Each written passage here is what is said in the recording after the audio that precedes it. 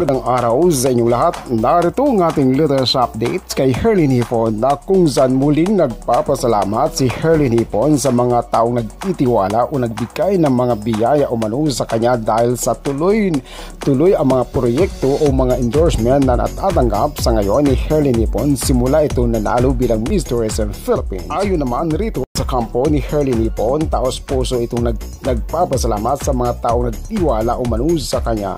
Herlyn Hipon hakot panalo muli sa mga natatanggap ng mga endorsement dahil tuloy-tuloy ang mga biyaya o manu na natatanggap nito. Maraming salamat. Yan po ang ating latest updates kay Herlyn Hipon. Ako naman si Codender TV.